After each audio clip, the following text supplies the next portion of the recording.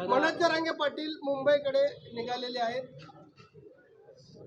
त्यांना समजून सांगण्याचा प्रयत्न राज्याच्या मुख्यमंत्र्यांनी अनेकदा केला. राज्याच्या मुख्यमंत्र्यांनी स्वतः त्यांच्याशी ते बोलत होते. काही जणांना बच्चू कडू आणि काही दूत देखील ते तिथं पाठवत होते. समजावून सांगत होते की गेले काही दिवस राज्य सरकार या आरक्षणाच्या बद्दल कशा पद्धतीनं काही निर्णय घेतलेले आहेत आणि त्यांनी हे सगळं जे काही राज्य सरकारने केलेलं आहे त्याला प्रतिसाद द्यावा आणि मुंबईकडं आगेकूच करू नये.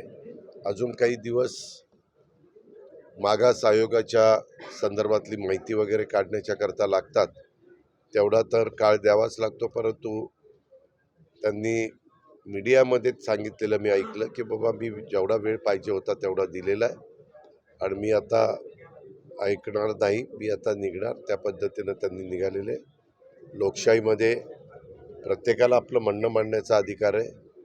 प्रत्येकाला संविधानाचा आदर करून आपल्या आपल्या दृष्टीनं निर्णय घेण्याचा अधिकार आहे. देश विदेशातील प्रत्येक घडामोडींचे लाईव्ह अपडेट मिळवण्यासाठी आता साम टीव्हीच्या सर्व सोशल मीडिया प्लॅटफॉर्मला लाईक, फॉलो आणि सबस्क्राईब करा. तसंच सर्व नोटिफिकेशनसाठी बेल आयकॉन प्रेस करायला विसरू नका.